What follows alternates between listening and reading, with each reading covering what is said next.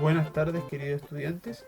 El día de hoy vamos a grabar las clases. Espero que no se queden pegadas, ya que este es el segundo intento.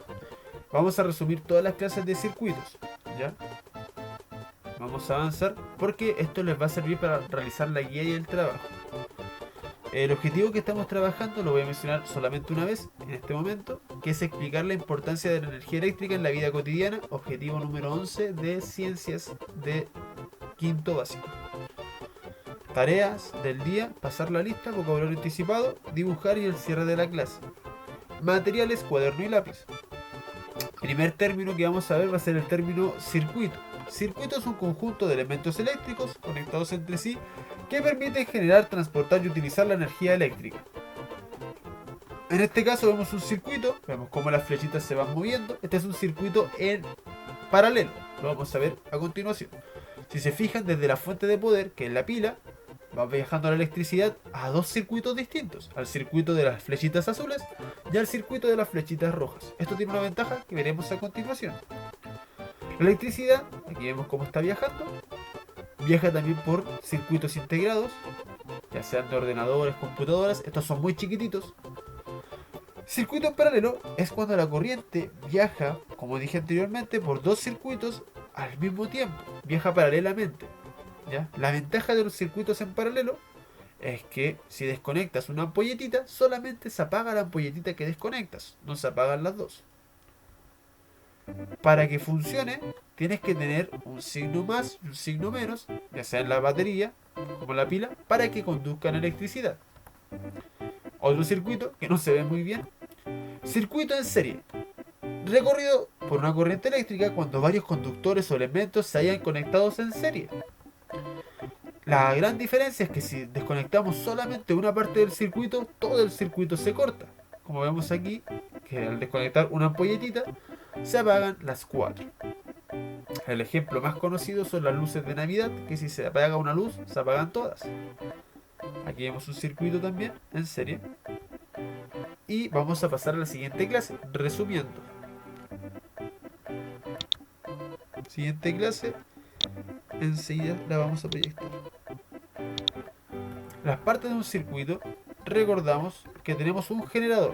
Generador, o la fuente donde se produce la energía eléctrica, puede ser de muchos tipos. En este caso, un generador que se puede comprar, que funciona a base de benzina o petróleo, y adentro tiene un motorcito que al encenderse transforma la energía mecánica del motorcito en energía eléctrica.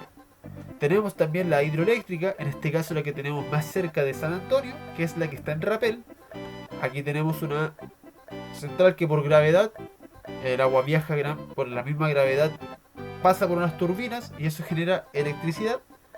Las turbinas tienen imanes, también alambre de cobre, y por un tema de, digamos, se llama FEM inducida, pero se genera electricidad, ¿ya? Porque al forzar un campo magnético dentro de un, digamos, de un alambre de cobre, se puede generar electricidad. La resistencia es una dificultad con la que la corriente eléctrica se desplaza por un conductor. En el caso más común que teníamos antes son las ampolletas de filamento. Toda la corriente tiene que pasar por un pequeño filamento. Ese filamento se termina calentando, generando luz, porque tiene mucha resistencia. Las televisiones también tienen resistencia. Las jugueras también tienen resistencia. Interruptor es un dispositivo para abrir o cerrar el paso de corriente eléctrica en un circuito. Interruptor de muralla. Interruptor más interruptores. La ley de Ohm es algo compleja quizás para entender ahora, pero es bueno que la sepan. La ley de Ohm es la intensidad de corriente que atraviesa un circuito, es directamente proporcional al voltaje del mismo e inversamente a la resistencia. Aquí vemos que si vamos a calcular voltaje es simplemente como multiplicar intensidad por resistencia. Si vamos a calcular intensidad es el voltaje partido resistencia, y la resistencia va a ser igual al voltaje partido la intensidad. La intensidad se mide en amperes. La ley de Ohm, la forma más fácil de entenderla gráficamente, es que el voltaje fuerza a pasar los amperes por un circuito y la resistencia trata de evitar que pase. Ya, y vamos viendo cómo viajan los electrones dentro de un alambre de cobre. Para detectar el voltaje se utiliza un tester. Y así vamos avanzando. Siguiente clase. Tenemos muchas clases que adelantar para resumir. Tipos de corriente en un circuito. Tenemos dos tipos de corrientes. Tenemos la corriente continua, que es la que fluye de forma constante en una dirección del circuito. El ejemplo más claro es conectar una pila. La pila siempre tiene un lado positivo y un lado negativo, y la corriente siempre va a circular de esa manera, del lado negativo al positivo. Y aquí vemos que la batería de los autos, de igual forma, siempre gira en una dirección. Corriente alterna, la gran diferencia es que la corriente alterna es la dirección del flujo de electrones va y viene, ¿ya? A intervalos regulares o ciclos.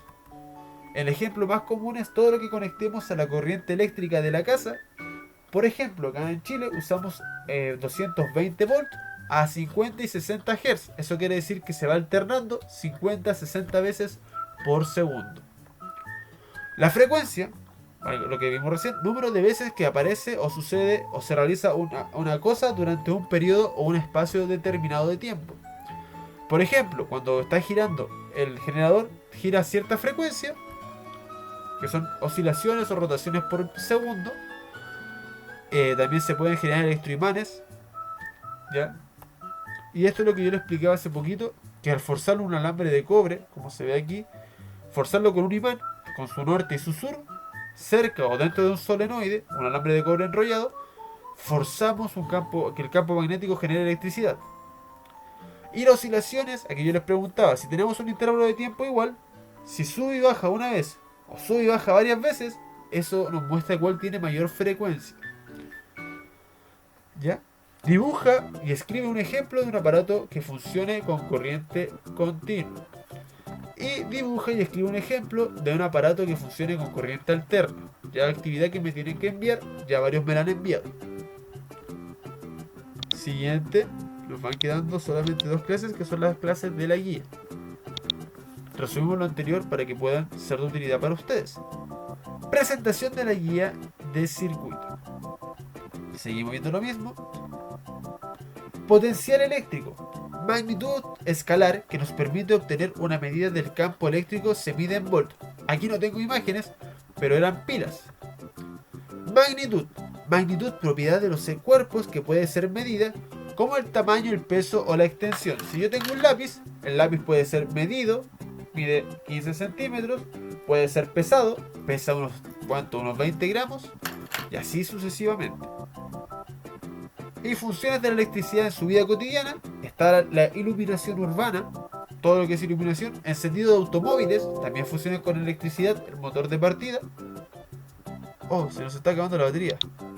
Esperemos que no se nos apague. La actividad electrodomésticos, nuestro propio cuerpo. Por último, vamos a ver que no se nos acabe la batería. Vamos a pausar esto para que continuemos enseguida.